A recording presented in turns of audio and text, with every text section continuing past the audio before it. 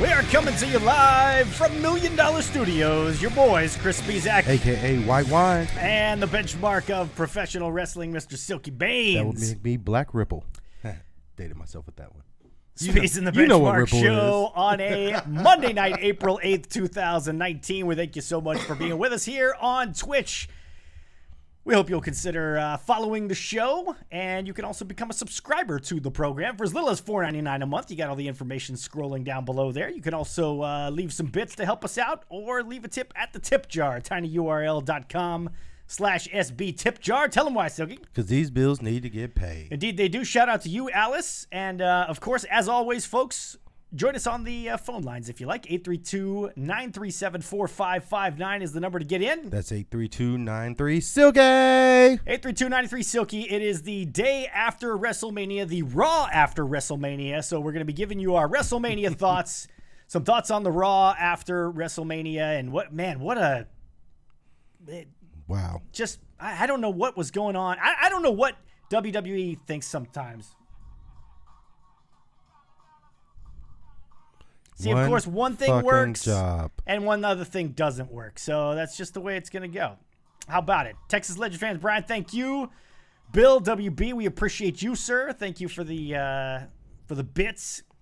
And Captain Ron, of course, coming in here and talking his shit because that's what he does. So fuck the Revival. We're going to get to all that fun stuff and a brand new special WrestleMania 35 edition of Smart Tears. Oh, yeah. So we'll look forward to that as well. Yes, The Undertaker shows up. Hello to you, Mike Check.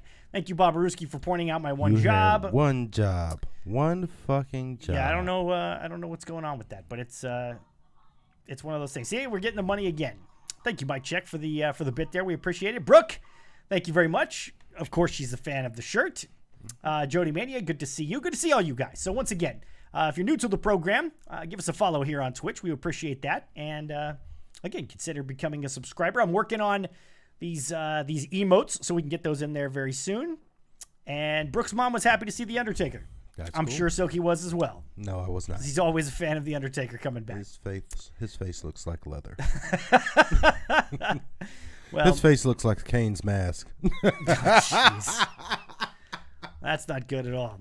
Oh, man. Yeah, Bob Aruski, we're going to get to that ending of Monday Night Raw here tonight because that was a little bit silly. That was terrible. So, again, jump in on the phone lines if you like. 832-937-4559. That's 832-93-SILKY. 832-93-SILKY. We got a lot to talk about here. So let's jump into WrestleMania last night. Now, everybody and their mother has broken down WrestleMania already. Yeah. Even though it just happened last night. But I want to talk. Are you going Negrodamus already? Now, I just wanted to play that to point out the excellent call of me during WrestleMania calling finishes, especially the Revival one. That was the best. That was the best one. You guys should have seen it. I literally looked at Chris and was like, guess what's going to happen? I was like, watch. He's going to go pick him up, small package 1, 2, 3. And guess what? And literally seconds fucking later, it's a small package 1, 2, 3. And then? So, as if the Revival losing wasn't obnoxious enough, the fact that Super Guy over here called the fucking finish, and I had to hear all about that, and get tweeted by all of you guys, so thank you for rubbing that in my face. That was awesome. And then, what happened during the 4-way women's match, I was like, Beth's going to hit this glam slam. The Iconics are going to tag in, shit canner, and pin, and win the match. And what happened? Come on. Give me my props. Beth hit the glam slam, and the Iconics came in, and it stole the win. And who called the Iconics walking away the champs? Okay, are we going to get into picks here, Silky? Because I'm just your saying. Picks were pretty much dog shit for the weekend. No, it was dog shit for the New Japan show. It very much was. But my picks for NXT was on point. Well, that's 5 matches. And you got how many of them right? All but one. Okay, so you got 4 out of 5. That's 80%. Yeah. You're a B-. And then I got most of my Mania picks right. Okay, well, we'll go through your Mania picks here in a bit. See, Heather loves your, Sasha Reigns loves your Finn shirt as well. Peck and Rod, thank you very much for hosting us, sir. We appreciate that. And Bounty Hunter, my boys, what's up? Good to see you, sir. Good to see all you guys. Thanks for checking in with us here on the program. My rankings for the shows this weekend. We're ranking shows now.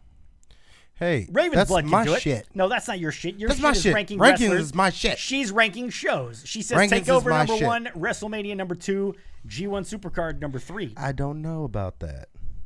That's- I mean, it sounds weird, but I would honestly flip 1 and 2. I thought Mania was better than TakeOver. Just because, I mean, TakeOver, and not saying TakeOver was bad, it was, but I think Mania to me was better. It was a more complete show. There was, I mean, obviously you're going to have more moments just because of the fact that there were more matches. True. But the moments that you did have were more memorable than the moments in TakeOver. Like, Gargano was memorable. Outside of that, nothing else stood out. Like, they were all great matches, but that was like a moment, Gargano winning, and then Ciampa and Candice coming out at the end. That was a moment. WrestleMania, Kofi was a moment. Seth finally conquering Brock Lesnar was a moment. Yeah. Women's main event was a moment. Yeah, we'll talk about all that. I want to get to a question that I put out there on Twitter, and a lot of you jumped in on this, and I appreciate that. And thanks for sharing the post out there. But we got nearly 1,000 votes, and the question I asked was because if you think about it, we sat here, both of us with our Negro Damas moments here and Gringo Damas here, saying there's no fucking way that Seth don't Rollins. put that on me. We both said it, so don't try to say that you didn't. No way that Kofi, Seth Rollins, Becky Lynch, and Finn Balor, all 4 were going to win. We were saying this. It's just not going to happen. No. And it happened. No. It happened. First of all, What do you mean, no? don't put words in my mouth. You said that shit.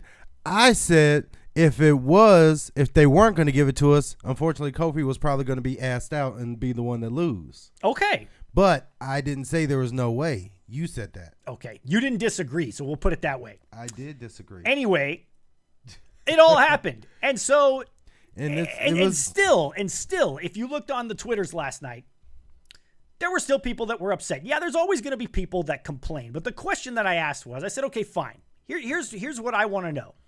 As a wrestling fan, what's more important to you? The outcome or the match itself? The quality of the match. Okay? The outcome or the quality of the match. All right? Like I said, we got almost 1,000 votes on Twitter here. 76% of the people said the quality of the match was more important than the outcome. I ask you, Silky Baines, what's more important, the quality of the match or the outcome? If I held a gun to your head and said you got to pick one, I would do quality. what's it going to be? You think the quality of the match is more important? Yeah.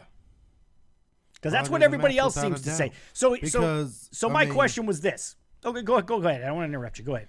Because, we see with Mania what happened. Seth Rollins' match was not quality. It was exciting, but, it was not a barn burner match. This is true. But we got the result we wanted. And people went apeshit. Yeah, but, in my opinion, because I'm one of those, we're probably one of the few that will stand by it, even if it's not a popular opinion. That match was kind of trash.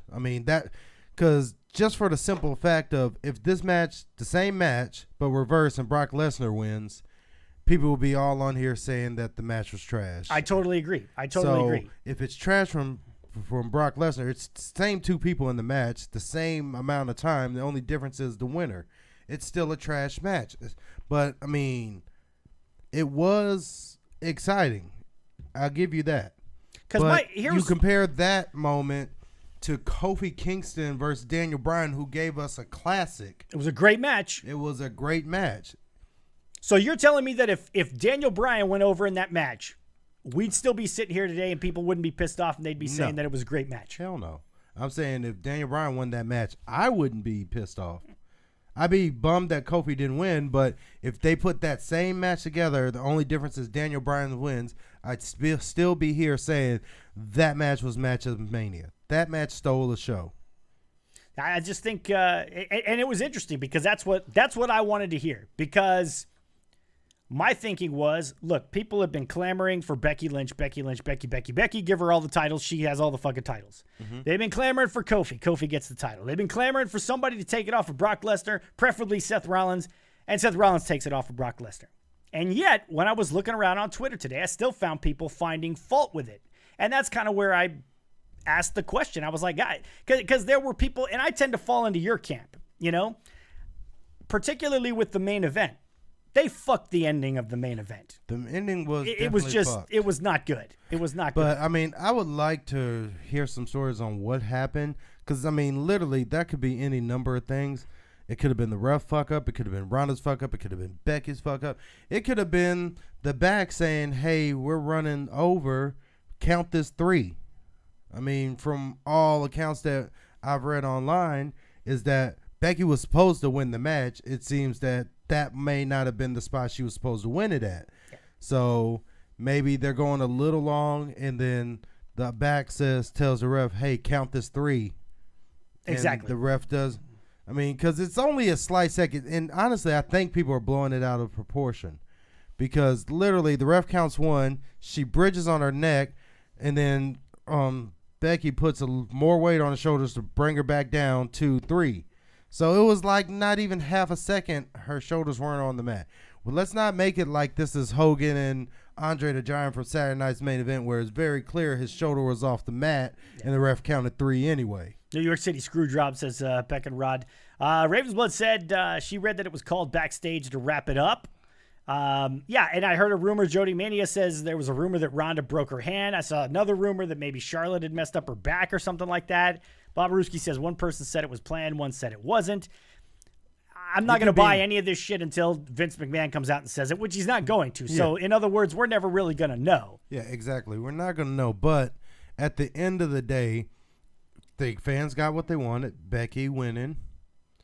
It was a good match. I mean, in my opinion. It was an okay match. It was, I mean, I think when you have a match that this hyped up, it was almost impossible for it to live up to the expectations of it. I mean, it really was. So Brooke doesn't care. She says Becky deserves a win. And there were a lot of people that said that. And there were a lot of people who were saying it's a goddamn shame. And I was one of them. I thought it was a shame that for all the hullabaloo that we had about, you like that word, hullabaloo? All the hullabaloo that we had about first why's it got to be white vocabulary? The first female, all-female main event, that it ended in controversy like that. And a lot of people came out and said, hey, fuck it, man. We got what we wanted, man. Why the fuck, man? You see this is working, right? Shut up! That's working, isn't it? What the fuck are you talking about? It's a goddamn abortion and a disgrace. That last one, that's what it feels like when everything else works like it's supposed to, and then something new's not fucking working properly. One fucking job. I'm telling you. Exactly. One job.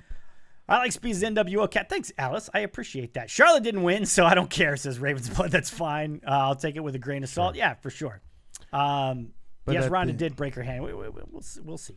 But, I mean, either way, I mean, I think no matter what they did, honestly, it was never going to be as good as the hype behind it. The expectations of it. When you're doing something for a first time, there's an expectation that it be on a certain level.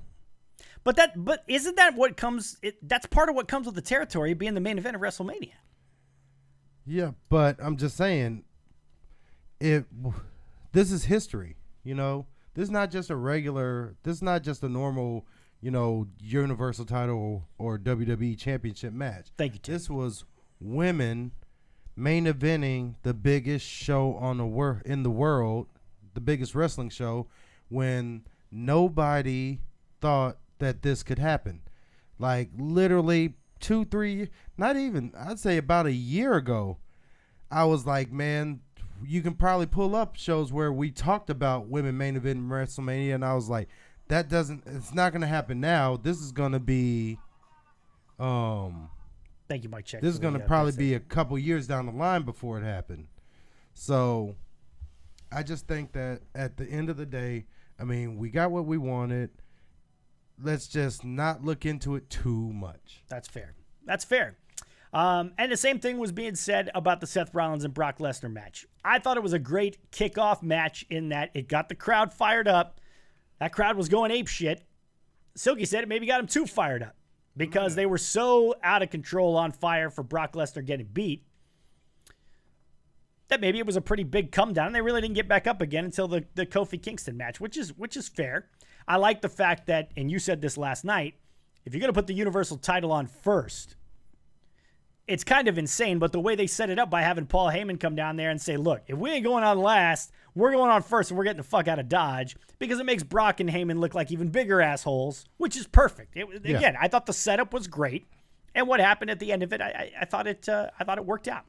Did Kofi win tonight, says Ted? No, he did not. It ended up being Sheamus and Cesaro running in and breaking up the match, and instead of a title versus title match at the end of Raw, we ended up getting a meaningless tag team match between the Bar and Seth Rollins and Kofi Kingston. What a monumental fucking letdown that was. But we'll get to Raw after Mania in a minute, because holy shit, that was not good. Raven's Blood enjoyed the Lesnar versus Rollins match. Reminded me of Lesnar versus Goldberg, which was not good. Ronda can't headline. Becky and Charlotte had to carry the match because Ronnie isn't ready. I mean, we kind of knew they were. That's not breaking news. I mean, I really thought. I mean, I don't know. I thought this is probably my bias seeing through, but for the spot, you said, the spots that she did, I thought she did great. Like, I mean, it wasn't I mean, she still had some spots where it's just like, come on. But for the spot Ronda was in, given 1 year into wrestling, not in WWE, in fucking wrestling, and you are main eventing a show that people would literally kill to get that spot. And there is a lot of pressure on Ronda Rousey. Yeah. And honestly, Charlotte did her big spot shit. She did her moonsaults and all her crazy shit and all that kind of stuff. I don't know that Becky really did anything super crazy. Like, people are saying, oh, well, Becky and Charlotte had to carry Ronda. Did either one of them do that much more than what Ronda did? Honestly, if we're being honest about it? Yeah, if we're being honest, no, they really didn't. I mean, the only real high spots in it were Charlotte. Yeah. So if you're going to say that, you say Charlotte carried the both of them. And I don't think that's the case. I just think it was fairly... I thought all three of them did a fairly good job. So, yeah, no big call-ups tonight, gang. People asking about Raw after Mania. Lars Sullivan showed up. Yeah. And... kicked the shit out of Kurt Angle after Kurt Angle came in and embarrassed Baron Corbin, which you could kind of expect. Let's tidy up WrestleMania here before we move on to talk about Raw tonight. 8 titles changing hand. They said 7 title changes, but technically speaking, I mean, there were 8 titles that changed hands. And there were people that were saying, you get that many titles changing hands, it just kind of devalues all the title changes because it was so fucking regular. No. That it was just insane. You agree with that take or no? I do not. I mean, I'm not a fan, though, of changing all the titles in one show. But, I mean, this is, again, one of those rare cases where, I mean, you can't have the winners you fucking wanted and still have not a lot of title changes. That's exactly right. Like, pretty much everybody people were going for did not go into the match as champion. Yeah, exactly. So... you can't have your cake and eat it too. This is true. In a sense. But I like I mean, it was a bit much, but honestly, outside of the WWE and the Universal title, none of the other titles really fucking mattered, if you think about it. That's true. Now, another thing that Jody brought up here in the chat, the whole thing of Seth Rollins winning basically after the low blow on Brock Lesnar. Now, I've heard a couple of different sides of this story. I've heard the side where they say, what the fuck? Seth Rollins is a face. Since when do faces start winning with shit like low blows? I've heard people say, hey, Brock Lesnar came out and started kicking the shit out of Seth Rollins before the match even started. Brock cheated, so Seth cheated to get his way back into it. And I've heard other people say, you haven't built Seth Rollins up as enough of a legitimate threat to Brock Lesnar where he could have actually beaten Brock with anything else but a low blow and 3 fucking curb stomps. Any of those sound more legitimate as an explanation for why Seth Rollins went to the low blow than the others? It really falls in, remember the promo he did where he said he was going to do whatever it takes to walk out of WrestleMania the Universal Champion and bring the title back? It goes back to that. I mean, he pretty much told you he was not above doing whatever it took. And at that time, like you said, his probably mindset from a character standpoint was, this guy bum rushed me. I need to do something to get it back. And of course, what would you do in a situation like that when someone outweighs you, outmuscles you, and just as quick as you? Like, what do? You shoot for You take whatever advantage you can get. You take the advantage, and then you shoot your shot. You hit them with the best you got. And that's pretty much, I mean, this match wouldn't have been as good, or, I mean, from a psychology standpoint, it makes perfect sense. Seth Rollins cannot stand toe-to-toe with Brock Lesnar. See, that's my thought, too. Like, it's been shown, like, from all their interactions, Brock has always beaten up Seth, except for the one time where he hit him with 2 low blows and then the stomp. That was the only time Seth could do something. So, yeah, Seth did what he had to do. And when you in that face of that situation, you're going to hit your best shot. And 3 curb stomps did the job. Yeah, Brooks says do whatever it takes. Hercules, I'm fine with what Seth did. Brock is a beast. He couldn't lose clean, only against Goldberg, who's also a beast. Best way to take down a bully, hit him in the dick, says Raven's Blood. Ted, go for the jugular. Aim for his biggest weaknesses. Yeah, I mean, it seemed like there was a fair number of people that didn't have a problem with it. Again, I think that's why we on this show, and I'll say me because I don't want to speak for you, Silky, why I've been saying for so long that Brock Lesnar is the last legitimate badass that WWE has, because you've got probably your top babyface in Seth Rollins, and people who watch the show regularly go, yeah, well, there's no fucking way Seth Rollins could have won with anything but a low blow. I mean, that's how fucking good they've built up Brock Lesnar. That's how much of a badass Brock Lesnar is. I wouldn't say there's no way he could have won. I'm just saying, to get to a match where they needed it to be, which is roughly in the 3 or 4 minute, 5 minute range, yeah, there's no way. Because he can't go out there and steamroll Brock. That, and Brock is way too big for the surprise, like Schoolboy or the small package 1, 2, 3. So I mean, it is what it is. That's how they had to get to where they needed to be, which is Seth champ. Heather does bring up Drew McIntyre is a badass. Yeah, that's true. But Seth Rollins is not that guy. And the thing of it is, had they gone 20, 25 minutes and Seth Rollins comes out on top without doing any of the low blow shit, I think that's perfectly fine, and people are cool with that. I mean, but Brock Lesnar ain't going for 20, 25 fucking minutes. I mean, he's just not. I think honestly, this was. Thank you, Get the Tables, for the bits there. Maybe WWE is listening, because I know a lot of people are saying, it's going to be the same. That's the one thing with Brock Lesnar against smaller people. Their matches are always the same. Brock Lesnar's beat the shit out of them. He makes one mistake. They capitalize and they, go for the gusto, but then he ends up taking back over and winning the match. So how do you do this match, which is still a big guy versus a small guy, but not do it the same way you did with AJ, the same way you did with Bryan, the same way you did with Balor? I mean, seemed to be a good way. Yep.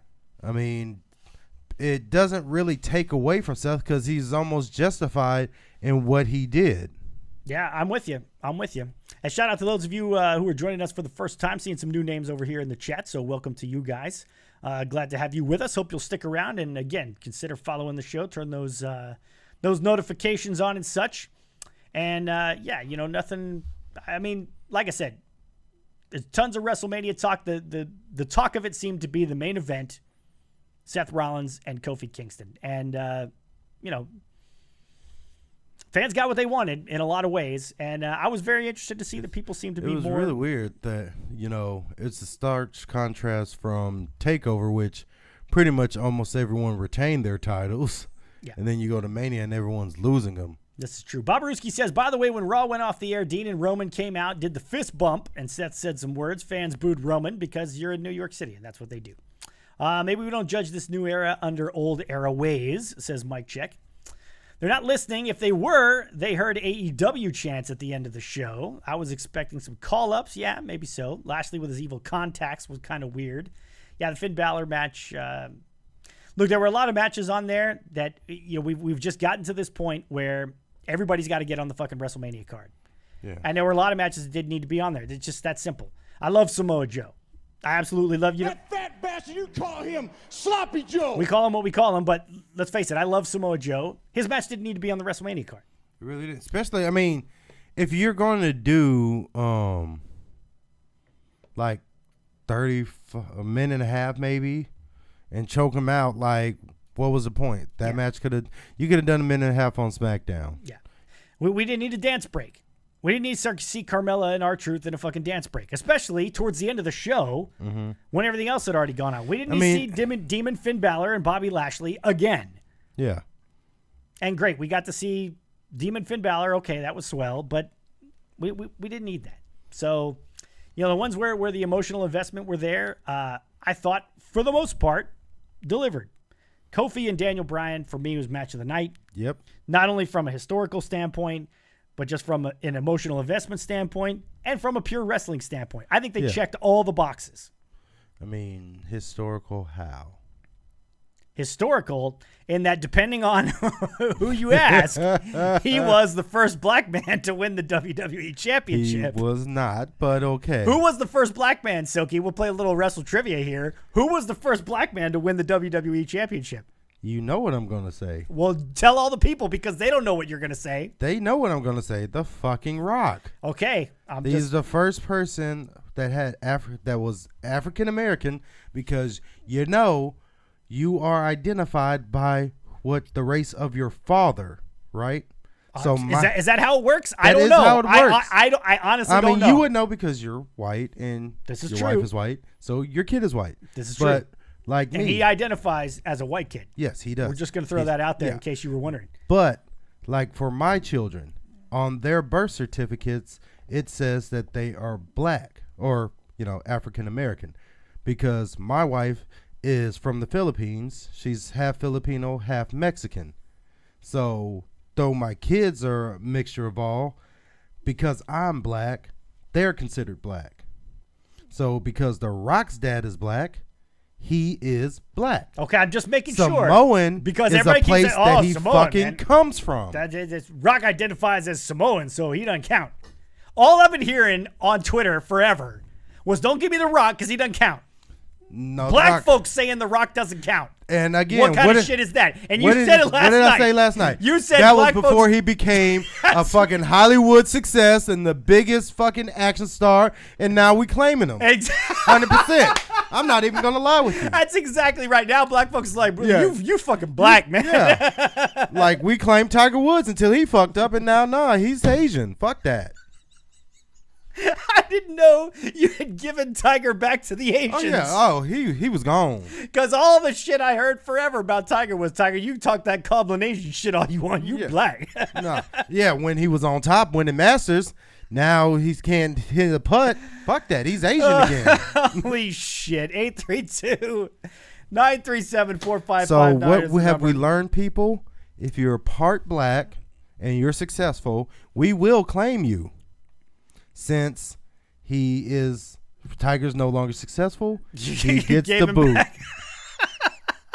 It is. I don't make the rules, people. That's right. We don't make the rules. That's exactly right. The Rock is half Samoan, half black. First natural non-mixed African American champion. How about that? Bobrisky coming strong. So we're just gonna do that. You say we? What's we? First natural non-mixed African American champion. Well, since we're going that route, WWE champion. He did not specify that, so therefore, i.e., Ron Simmons would be the first non-mixed African American champion, world champion. Ted brings up the Chappelle Show race draft as well, just like you did. Boom. Yes, this is a Ric Flair shirt, by the way. It's outstanding. Woo, Ric Flair shirt. Yes, Ted knows what I'm talking about. Of course he does. So long, fried rice. Hello, fried chicken. Before we get out of here and stop talking WrestleMania, we got to get to our favorite part of WrestleMania. It is where I go through my one job. I send you some. I don't. How many did you send me this time around, Silky? I sent you the Batista one.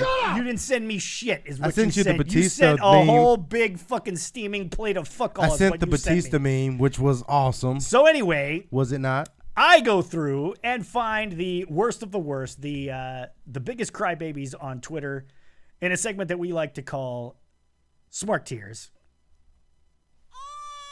I don't have the full screen graphic going today, Silky, because I was too busy. Really? That's what I was waiting for, the goddamn graphic. I know. We're going straight into the SMARK TEARS, Silky. You're up first. SMARK TEARS, WrestleMania 35 edition. Here we go. Can we please stop making the Women's Battle Royal trophy look like a huge vagina? It's the worst. Which is true. It's so funny because you said that, and not 5 seconds later, I see this tweet from Megan. So nicely done, Megan. We appreciate it.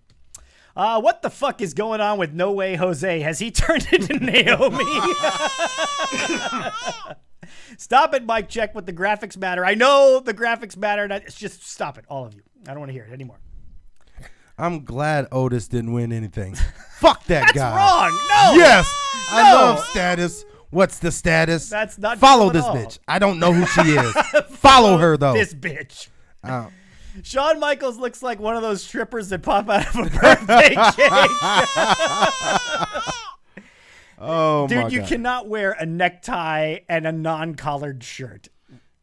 Yes, you can. I don't care who you are. That shit doesn't work. I mean, that's a step probably below wearing the tuxedo shirt. Yes, probably so. Probably so. Fuck the Revival. All right, enough of this shit. Very cute, very nice. We're not going there yet, Silky, because we're just not. Stop it. Oh, because it's sure? not set up properly, and It's you're not gonna set fuck up it up. properly? Yeah, exactly. Any man with two hands has a chance, except this cunt. We haven't talked about that fucking train wreck of a we're match, not but that going was to. an atrocity. Holy cow. I mean, I really hyped that up. Like, I was like, this is going to surprise you. And as we're watching it, I'm like, okay, admittedly, this is not what I sold it is not on the show. No, it's not. No, it's not. Just for the hell of it. Fuck Stop the Revival. it! God damn it! All right, that's twice now. Just knock it off. Follow Ian Hutchison. Do not follow him. Block Follow him. He's blocked. Hey, little Timmy, what was your favorite part of WrestleMania? I really liked the part when the homeless guy played 3 instruments at the same time, and then a baseball player came out and said the homeless guy's face looked like a nutsack. Oh, man. The return of Thugonomics. John Cena was amazing. Which, well, it was great to see the throwback, but, like, he's way too old to be doing the Thugonomics now. I mean, he really does. At least he kept the cap on. Yeah, he did keep had the to cap do that. on. All right. Find a bigger guy, kick him in the crotch, curb stomp him several times, profit. This is why I don't fight short people. This shit is the foreword for How to Fuck Up Bigger Niggas Volume 1. Wow. I knew you'd get a kick out of that one. That was a good one. This match is officially the lesbos versus the trannies versus the nerds versus the blonde guns. What the fuck? That would be the women's tag team championship I know that. match. But, yeah, it took a little time to figure out who was who. But I know the blonde cunts have to be the Natalia. I think the Iconics are the lesbos. I think Nia and Tamina are the trannies, and that would make Sasha and Bailey the nerds. Yes, and that would make... We're just defending everybody with this one, JB Sports Radio, so well played. All over the place. Baron Corbin is the equivalent to a shriveled dick. We could have done a whole Baron Corbin one again, I'm telling you. They really have a walking inflatable penis beat Kurt Angle. I don't know what it is. Oh, that's funny. Oh, goodness. Dog, I'm in tears. This nigga Batista almost killed himself just getting in the ring. I'm sorry. If that was me, 80,000 people, and I'll come back, I'm like, fuck this shit. I'm jumping right back in them SUVs and like, back this shit up. We're done. I cannot believe he fucked that up, dude. Oh, it was just craziness. Is it me, or does the back of Batista's head look like a cold December nutsack? It's like January or February, and that's It looks wouldn't bad. be Like, nearly as effective without the cold December. Jesus Christ. God only knows what Triple H is looking for under the ring. Gee, I wonder, Corey Grace. Not like he's had a weapon of choice for the past 20-odd years, is it? Fucking tit. You know this has to be a British person referring to Fucking someone tit. as a tit. Congrats, Kofi. The terrorist vegan cunt has been dethroned. WrestleMania 35. Charlotte needs to take those 2 flotation devices from her tits and make ass with it. She kind of does.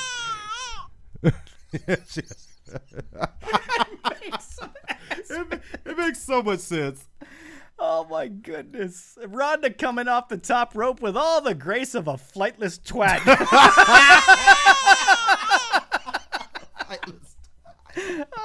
Oh man. Gracious.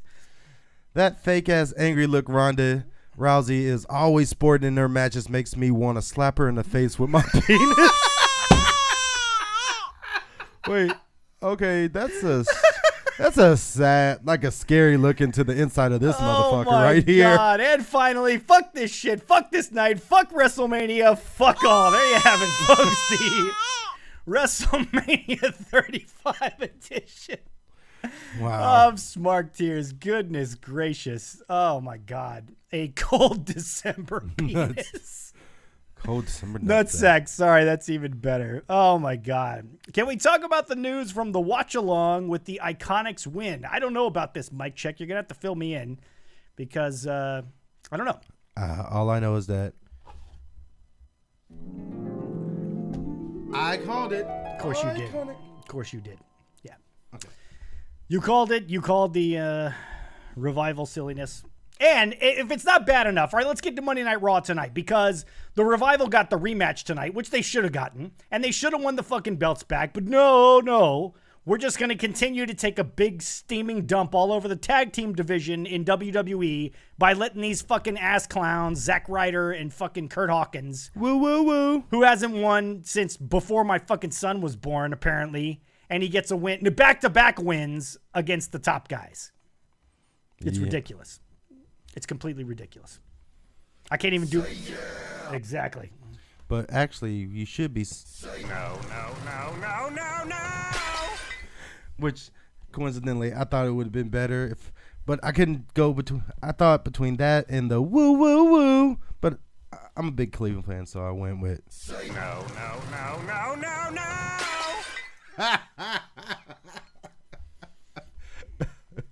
Oh man. No. Okay, that's the last time, I promise. So, top guys. The Revival tag team reign ends with 2. I think they had Hawkins 2. and fucking Ryder. I think they had 2 I can't successful. even tell you when the last time these motherfuckers was on TV, and now they beat them. So they've lost to Hawkins and Ryder and the fucking B team.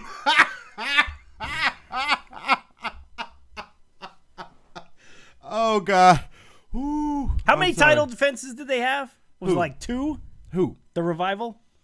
Yeah. Maybe. 2 successful title defenses? Well, by successful meaning they still left the champs, but never actually pinned anyone. Yes. 2 successful title defenses. No.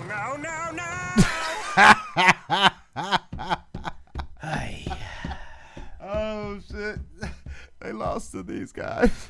Hey, look. When was the last time they were on the show before this? 2 successful title defenses is not. And the Lucha House Party. They lost to the Lucha fucking House Party. But it is still 2 more successful title defenses than Jay White had with the IWGP Heavyweight Championship, isn't it, Sucky?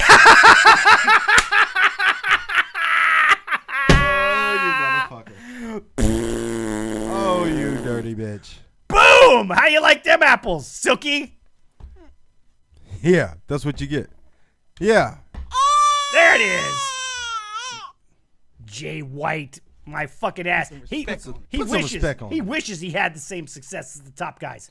He lost to fucking Okada, arguably one of the best wrestlers around, right? Out of any organization, arguably one of the best. Your guys lost to the fucking Lucha House Parties who come out with a piñata. You lost to the B team. Babaruski didn't like that very much either. But hey, facts is facts, and the fact is, top guys had a more successful title reign. No, it says facts is facts. Revival or jobbers. Much more successful title reign. No, they didn't. Than your boys. Monday Night Raw kicks off tonight with Seth Rollins coming out to the ring. and doing his Seth Rollins things and the chants from the fans because it's the Monday after Raw and we have to be obnoxious fans because I don't know why, but that's just the way it is. And then out comes Kofi Kingston, and that's awesome. We got the two new champs there in the ring. Two newly minted champs right there in the ring. And Kofi drops a bomb and says, all right then, what do you say you put your title on the line? I'll put my title on the line. And we have title versus title in the main event tonight, winner take all. And they say, sure. So I'm thinking, holy shit, one of these guys is going to lose their title the day after Mania. AKA the black dude. Which means bad news for the black dude. Yeah, exactly.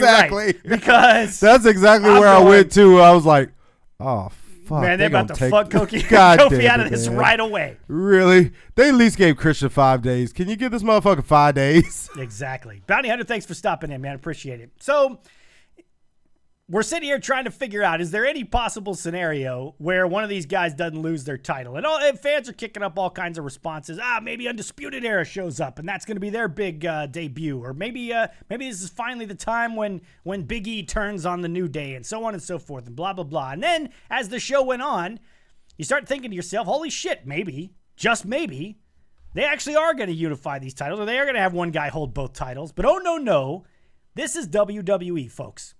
No. Exactly. I don't like the New York City crowd, just like the Canada crowd, says Brooke. Better than Lafayette, that's true. So, what happens?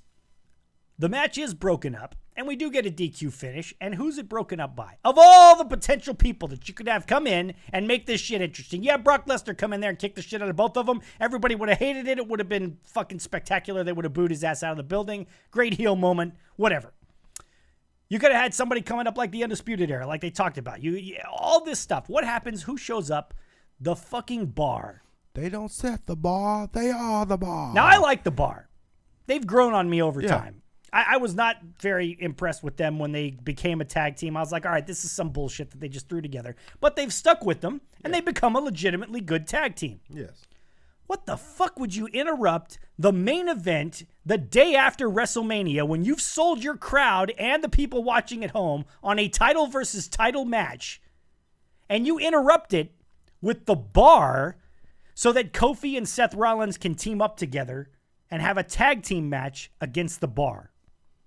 Explain this to me, Silky Baines, in a way. Explain it to me like I'm a fucking Doberman, because I need it explained to me simply, because obviously my brain doesn't work properly where I would go, oh yeah, that's an acceptable scenario. It's called booking yourself in a corner. And they booked themselves in a corner with this match, but they didn't want to actually change either title. So what do? They have someone come in and break up the match, restart it as a tag team. That way the fans get to see Kofi and Seth. They get I get that part of it. They get a lot of it. I mean, that's pretty much it, though. I think it's like they booked them. I think they booked themselves in a corner, because I just think the only issue was I thought that someone would break it up, but it's just the issue is just it was the Bar. So why even do it in the first place is the question. Why even have them? Why even say you're going to do that match if the fucking outcome is for Kofi and Seth Rollins to have a tag team match against the Bar? I mean, the issue is it's the Bar. If it would have been like, I would have picked different people, someone that's actually like. Is there any legitimate tag team on the roster right now that could have come out there and people would have said, not a tag team. This is okay. No, we just broke up a title versus title match. No, but how you do that, you don't get a tag team. You get like, for example, and I'm just shooting these names out there, but you get Drew McIntyre and Randy fucking Orton. They come in and break it up. That way you can build on possibly, Kofi and Randy and Seth and Drew. So you get two would-be contenders, and I think therein lies the problem with the Bar is that they aren't considered contenders for those singles titles. And so I think, honestly, if they would have sent out Drew and they would have sent out like Orton or any other heel on SmackDown, he was just the first one that came to mind. But you sent out those two to break up the match, because then they have a vested interest in this match not happening, because Drew's on Raw, right? Where they fucked it up, Silky, is they never should have said it was title versus title. No, they could even do that, and this would get more heat on Drew and Orton because Drew's on Raw. So if You're all in my fucking side again. Where's the middle part? Middle part. Shut up! See, if we can't see the Rock and the New Day horn there, then you're all up in my shit. Where you at, Mike Check? You're supposed to be checking Silky. Supposed to be Silk Check. If Drew's on Raw and Kofi wins, then the Universal title goes to Raw. So Drew has nothing to fight for, and that's what Drew wants, right? Same thing for Orton in this scenario. If Seth wins, Seth takes the WWE title Raw. He's on SmackDown. He has nothing to fight for. I just think it was a huge misstep to break it up and make sure none of them leave with the other title. And then we get the tag team match, and I think it goes over a lot better. So they can have this match at Survivor Series, even though Drew will probably beat Seth before that. It's Survivor Series is a long time away. But we got SummerSlam. Yeah. We got Survivor Series. A lot can happen We got between now and Money in the Bank coming up. I just think it was a major misstep to announce a title versus title match when you had no intention whatsoever of letting it be a title versus title match. What I think match. was happening is that they didn't have any big call-ups, right? So there was nothing really special about this Raw. Normally there still wasn't. Normally the Raw after Mania is like a big deal. Like that's when you're going to see all the cool call-ups and how they call them up and whatnot. They didn't do any of that, so their next thought is, I'm assuming, is just, hey, let's go ahead and put this match together to get people interested in watching. Brian says it's just to keep people from turning over to the national championship game. By the way, who won in that game? Yeah, I don't know. We didn't know even look Texas at it Tech before we was came in up it. here. That's good. Got to pull for the boys from Texas. So, needless to say, there's a lackluster main event that Rollins and Kofi went over in, but doesn't really do anything. You also had Elias come out and talk about how John Cena fucked up his WrestleMania moment for 2 years in a row with the Thugonomics John Cena bit. And so Elias was going to cut his own rap. And Elias was doing a decent enough job of cutting his own rap, but the last line of his little freestyle his own rap. Whatever the fuck, Silky. What would you like me to say? What? How should I have said it? I'm not cutting his own rap. Okay, what would it be, Silky? You tell me. What should I have said? He was spitting. Sorry. If I would have said spitting, Silky, you know exactly what you would have said. You would have said, don't ever say that again. Yeah, you too white for that. You're too white for that. That's exactly right. So give me a fucking break. I was doing my part. Spitting bars. Anyway, he was spitting bars. Yeah, don't do that. And the last line he says is, the next person to interrupt me is going to be a dead man. And then what happens? And then the gong hits. And then the Crypt Keeper shows up. Here comes The Undertaker. So. Oh, man. That motherfucker's face looked like beef jerky. The Undertaker showed up and gives Elias a boot to the face, a choke slam, and a tombstone pile driver, and bails.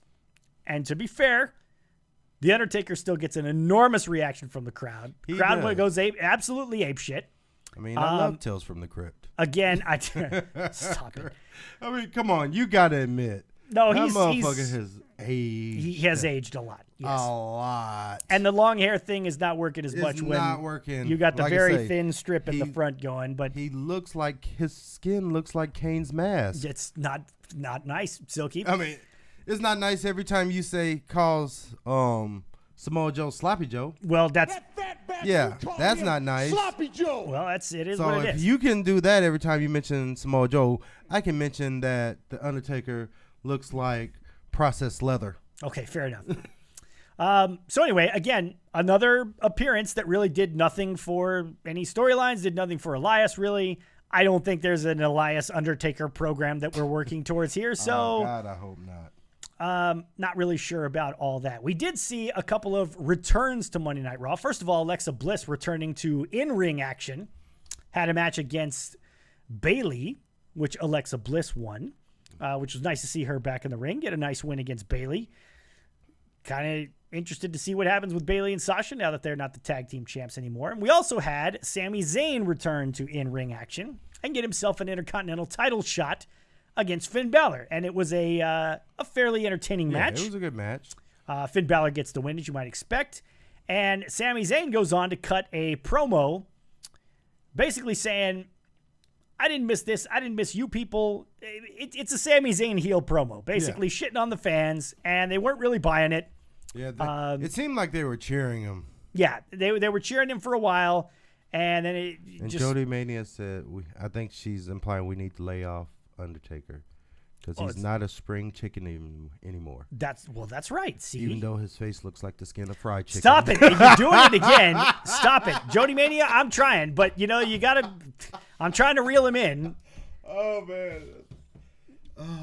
Sorry. So he's on a roll tonight. I'm on a roll. So, but Sami Zayn cut himself a nice. I thought he did a good job dealing with the crowd. Yeah, I thought the promo was good. The crowd could have steamrolled because at the end they actually legitimately were booing him. Exactly right. So a nice job from Sami Zayn there. And we also saw Lars Sullivan for the first time on the main roster. We mentioned that earlier. Yes, and someone had posted, I don't know where, but yes, he was the one that was having the panic attacks. Yes. So good to see him back. Good to see him back.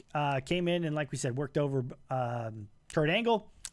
Next week, we get the Superstar Shakeup. And that's always fun because we got the opportunity to see some new matchups. And thank you, Lip Mantis, for the 500 bits. We appreciate that.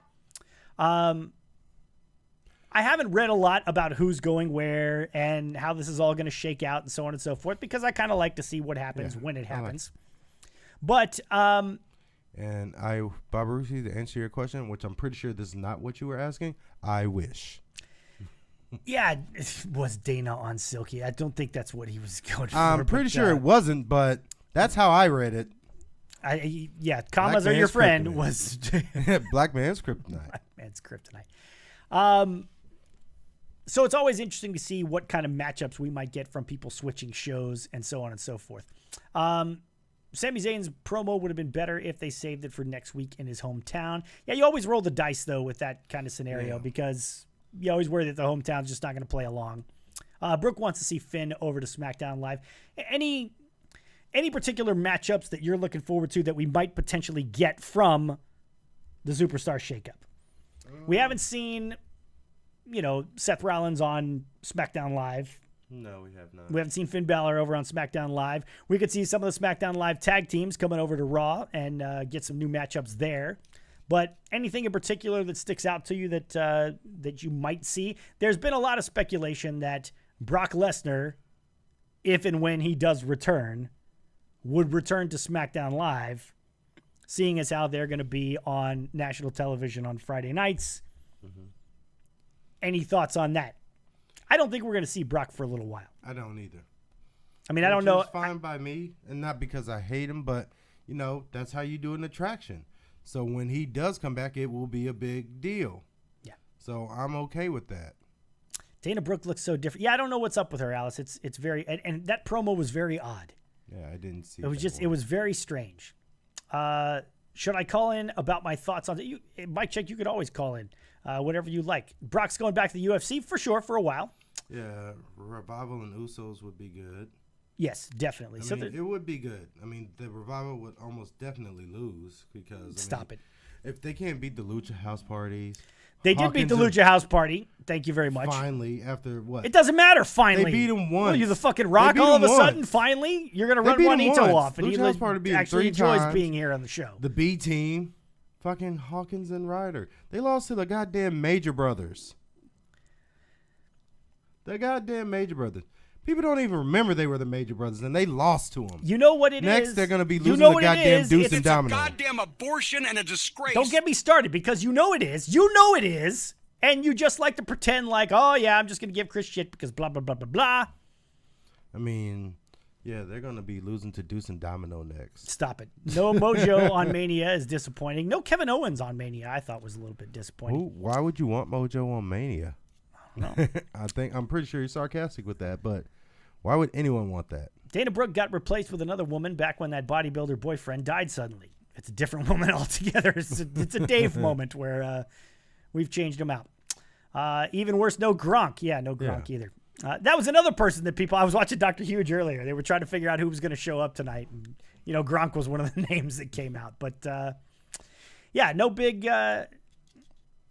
surprises. I mean, I guess you could say Lars Sullivan was a surprise. It was nice to see Sami Zayn come back. Alexa Bliss back in the ring again was nice. But, Undertaker was a big surprise. But it's a one-night thing, and that's it. Yeah. So I think when I leave here, I'm going to get some beef jerky.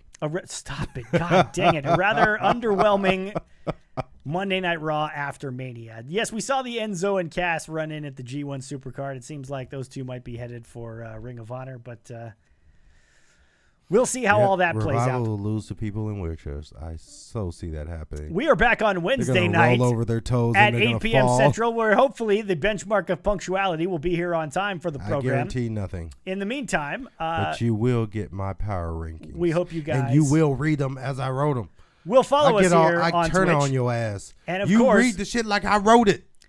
Down on the bottom there, you can become subscribers to the program for as little as $4.99 a month. It helps support us here at the show and take care of all our expenses and such.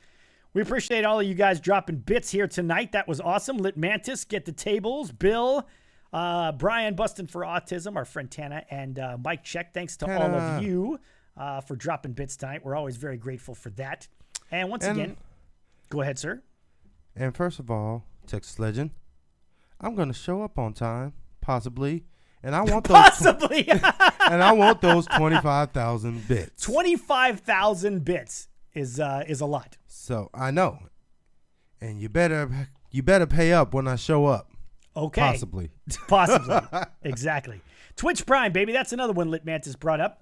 Again, the information scrolling down below. Yeah. If you have an Amazon Prime account, you can subscribe to our Twitch channel for free. Just go to your web browser, and when you hit subscribe, it'll say you can try Twitch Prime, and you subscribe to the program for free. So it's a pretty good deal. So we got somebody calling in right now. We'll hold on. It might be our buddy Mike Check calling in since he threatened to call in. Probably Juanito. It could be Juanito. Well, we don't know where Mike Check is. He might be out there in the 619 as well. It might be fucking Rey Mysterio calling into the program. Yeah, saying that we ought to put some respect on some Samoa Joe. Some respect on it. Instead of calling him a fat bastard. I didn't call him a fat bastard. Scott Steiner called him a fat bastard. Oh, we can ask him why he went to sleep and what he dreamed about. Did I show you that? Did I show you that Ready tweet? Go night night. Auto screen failed. Well, the auto screen failed, so we're just gonna because that's what happens. Fuck it, we're doing it live. We're bringing them in live. What's going on, caller? You're on the Speez and the Benchmark Show. How are you? How's it going? It's Mike Check. Mike Check. I figured as much. What's going on, brother? How are you? What's going on? I am doing all right. I'm on the road, so I'm pretty exhausted, but I am just calling in because I am definitely seeing the work that Lacey Evans is going to be putting in. I think that punch is pretty epic. Yes. Because I think the same work that Becky Lynch put in leading up to all this stuff, even though they're not all like perfect antics that led up to it, and it wasn't like done all effectively and whatnot, I think there's something there. And I would not be shocked if we got something sooner than later. But I also think the last thing on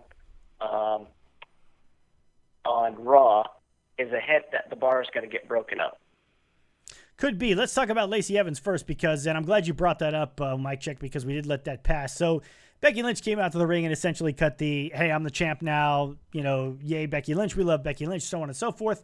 And Lacey Evans comes out, and as she's waltzing towards the ring, she stops right in front of Becky Lynch, and the way both of those characters have been set up, I was waiting for Becky Lynch to deck Lacey Evans. And it was the other way around. Lacey Evans teed off on Becky Lynch and knocked the shit out of her. And it was, to me, and I'm with you, Mike Check, this was a great moment because Lacey Evans walked up to the biggest name in the company. Prison style. And smacked her right in the mouth. And I think that's a ballsy move. It's finally something. And remember, I'm sorry. That's okay. Go ahead, boss. And I mentioned a couple of weeks ago, I said someone needs to have the guts to punch her if they're sick and tired of it. Even if it was a guy that did it, someone needs to go and talk to her. And the fact that no one did, not even quote the man, reference to a guy, if you will, I think there's a lot of story there, which people are saying there's not enough story going on. I think this is a pretty massive story that we're about to see erupt on our TV screens. Yeah, there was a lot of talk about Lacey maybe taking on Asuka at WrestleMania. That didn't play out, obviously. But Silky, what were you going to say? It is a pretty ballsy move on Lacey. No, Evans' it part. definitely is. I mean, I was just happy that it's finally something. Like, maybe the whole time, well, not maybe, it seems like the whole time they were building up for this moment. And so it was beautifully played. And I'm a big fan of Lacey Evans in the ring. Like, I love the women's right. Yeah, I love the name. I mean, it's clever. Yeah, it's very clever. And, it's one of those things where we've been bitching and bitching and bitching about Lacey Evans, and then all of a sudden when it finally plays itself out, it actually works out pretty well. So that's awesome. What's up, England? Good to see you. Mike, check anything else for us before we let you go tonight, sir? I just have a feeling that last scene with the bar is going to be the last time that they're going to be together, and I'm pretty confident with that kind of that under-the-radar comment about the other tag teams being broken up, like Rude and Gable and company. Rubles. I think there's a little foreshadowing of the end, being that the bar is going to be split up, or if you will, the bar is going to be cut in half. Could be. Mike Check, we always appreciate your patronage here, man. You're always here in the chat. We're very grateful for that. And thanks for checking in with us while you're on the road, man. Be safe out there. And once again, thanks so much for being with us on the show, man. We appreciate it. You're welcome. Take care. All right. Peace Take out. care, buddy. Yeah, for sure. So regarding the bar, and I've heard the same thing about them maybe breaking up the Revival, which is a completely absurd idea. That would be horrible. But let's just talk about... I mean, now we have more people that the superstars can beat. The single superstars, What about the bar potentially breaking up, Silky? You've got Sheamus, who's a multi-time world champion. You've got Cesaro, who people have been talking for years. President Dick. But people have always been clamoring for Cesaro to get a nice singles push. I don't think this goes anywhere. Like, if the bar breaks up, it's I think it's over really for both of them. Like, there'll still be wrestling matches, but I mean, I don't see any future. Like, Sheamus' time has passed as at the top of the card. Cesaro never got his time at the top of the card. I mean, theoretically, they could do a same story with Cesaro like they did with Kofi, of a story, make him face and the struggle for him to get to the title, get a title match. But they just did it with Kofi, so I don't see that happening either. So, yeah. I mean, I think that them breaking up would kind of be bad for Cesaro more than Sheamus, but it is what it is. If it happens, we'll see, but I would keep the bar together. Well, and one last thing, because thank you very much, Mike Check, for the bits. We appreciate it. And the phone call, sir. We're always grateful for that. Texas Legend, I want my 25,000 bits. One other thing that we said that we didn't talk about, I should say, was this was supposed to be, this was another thing that Raw didn't really deliver on. This was supposed to be the last WWE match for Dean Ambrose. And Which means it wasn't. He was going to take on Bobby Lashley, and Lashley and Lio Rush came out, and Lashley basically said, don't worry, Dean, when you leave here, I'll be sure to take care of your wife, looking over at Renee Young. And Dean Ambrose, understandably, started to kick the shit out of Bobby Lashley, and Bobby Lashley turns the table and ends up kicking the shit out of Dean Ambrose. My favorite part in that whole thing was like when Renee Young was like, what does he mean he's going to take care of me? Like, that was pretty funny because I told Chris when I was watching it, she's like, what does it mean? I was like, it means he's going to fuck you. Like, Yeah. Why is she acting brand new? Like, she don't know what that means. Brand new. Like, she doesn't know what that means. Like, she couldn't pick up the connotation of that. So if Lily White ass would have picked up the connotation of that, right? If we're, almost definitely. Why Lily White? If we're to Damn, believe that's a new one. that Next this week, was new nickname alert, Dean Lily Ambrose' White. last appearance on WWE television, he basically got laid out, and we don't know what happened to him. We don't know what kind of injury he has. And then that was the stupid part, because when she comes, she goes away, it's her husband, we know that. Then she comes back. They ask, how is he doing? They didn't ask, what was his plans? Where is he going next? Does he have plans on revenge on Lashley? They just asked, how is he doing? And she's like, I don't feel like I should discuss that. Like, why not? Like, Yeah. that was a... You're a like, I would've commentator been on the like, program. Yeah, I would have been like, well, then fuck you then. I was trying to see, because they did it from a standpoint of like asking her, like when you hear someone you work with, wife or a significant other is sick or got hurt, you ask, how are they? If someone had done that to me, I would have been like, well, fuck you then. Yeah, it didn't make Like, a whole it lot of made sense. no sense. You guys know Lashley had his eyebrows lasered off, says Ted. I did not know that. Lashley trying to get Renee in a scene for... I think they censored it. Oh, did they? Oh, well, that sucks. Was it porn? Could be. Bukkake? God damn it. Glory hole? On that note, we're going to say goodnight, folks. We are back Wednesday night at 8 p.m. Central. And when I'm here, I want my 25,000 right bits. here on Twitch with the benchmark of punctuality You hear me, here. Don't Texas worry about it, legend? Ravens Blood. We'll get it figured out. So, anything else to say that is actually of use to the people before we say Absolutely goodnight not. tonight? I didn't think so. For the benchmark, Silky Baines, Yo. Chris Speezak. We'll see you back here Wednesday night, 8 p.m. Central, right here on the Speez and the Benchmark Show. Good night, everybody.